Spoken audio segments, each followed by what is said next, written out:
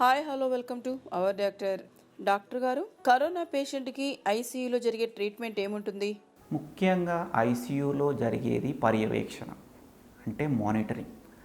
ఏ patient అయినా కానీ వచ్చిన దగ్గర నుంచి 24 గంటలు ప్రతి గంట ప్రతి నిమిషం మానిటర్ చేస్తూ ఉంటాం. అది మానిటర్స్ ద్వారా కానివ్వండి, క్లినికల్గా కానివ్వండి, డాక్టర్ ద్వారా కానివ్వండి, నర్స్ ద్వారా కానివ్వండి. ఏదన్నా అప్స్ అండ్ డౌన్స్ అయినప్పుడు మనం వెంటనే గుర్తించి దానికి తగిన చికిత్స చేస్తామన్నమాట. కరోనా పేషెంట్స్లో ముఖ్యమైనవి ఇంజెక్షన్స్, స్టీరాయిడ్స్ కానివ్వండి, యాంటీకోయాగులెంట్స్ కానివ్వండి, అంటే బ్లడ్ థిన్నర్స్ కానివ్వండి, రెమిడిసివిర్ లాంటి ఇంజెక్షన్స్ కానివ్వండి, ఇట్లాంటివి కంపల్సరీ ఇస్తాం మనం. ఆక్సిజన్ కూడా దశల వారీగా ఇస్తాం. ముఖ్యంగా ఫస్ట్ నేజల్ ప్రాంక్స్ ద్వారా మొదలు పెడతాము, 6 నుంచి 8 లీటర్ల దాకా. తర్వాత ఫేస్ మాస్క్ 8 నుంచి 10 లీటర్ల దాకా. తర్వాత నాన్ రీబ్రీదింగ్ మాస్క్ అంటాము, 10 నుంచి 15 లీటర్ల దాకా ఆక్సిజన్ ఇస్తాము. తర్వాత హై ఫ్లో నేజల్ ఆక్సిజన్ అంటాం, 60 లీటర్ల దాకా మనం ఆక్సిజన్ ఇవ్వచ్చు ఇటువంటి పేషెంట్స్కి.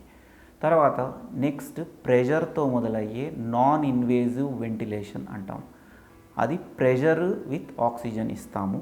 తర్వాత నెక్స్ట్ ఉన్నది వెంటిలేటర్ అనేది పేషెంట్ని మొత్తము సెడేషన్ ఇచ్చేసి పడుకోబెట్టి వాళ్ళని ఫుల్ వెంటిలేషన్, అంటే ఫుల్ వెంటిలేటర్ ద్వారా మిషన్ ద్వారా ఇస్తాం మనం.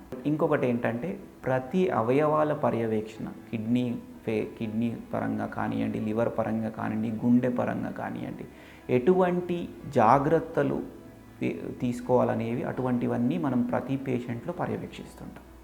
చూశారు కదా వ్యూయర్స్, డాక్టర్ గారి సమాధానం. మీకు కూడా ఏదైనా ఆరోగ్య సమస్యలపై సందేహాలు ఉంటే మాకు వాట్సాప్ లేదా ఈమెయిల్ చేయండి. మా వాట్సాప్ నంబర్ 9000009203. మా మెయిల్ ఐడి ourdr123@gmail.com. మీ సలహాలు కమెంట్ బాక్స్ లో కమెంట్ చేయండి. మర్చిపోకుండా మా ఛానల్ ని సబ్స్క్రైబ్ చేయండి, లైక్ చేయండి, షేర్ చేయండి. Thank you for watching.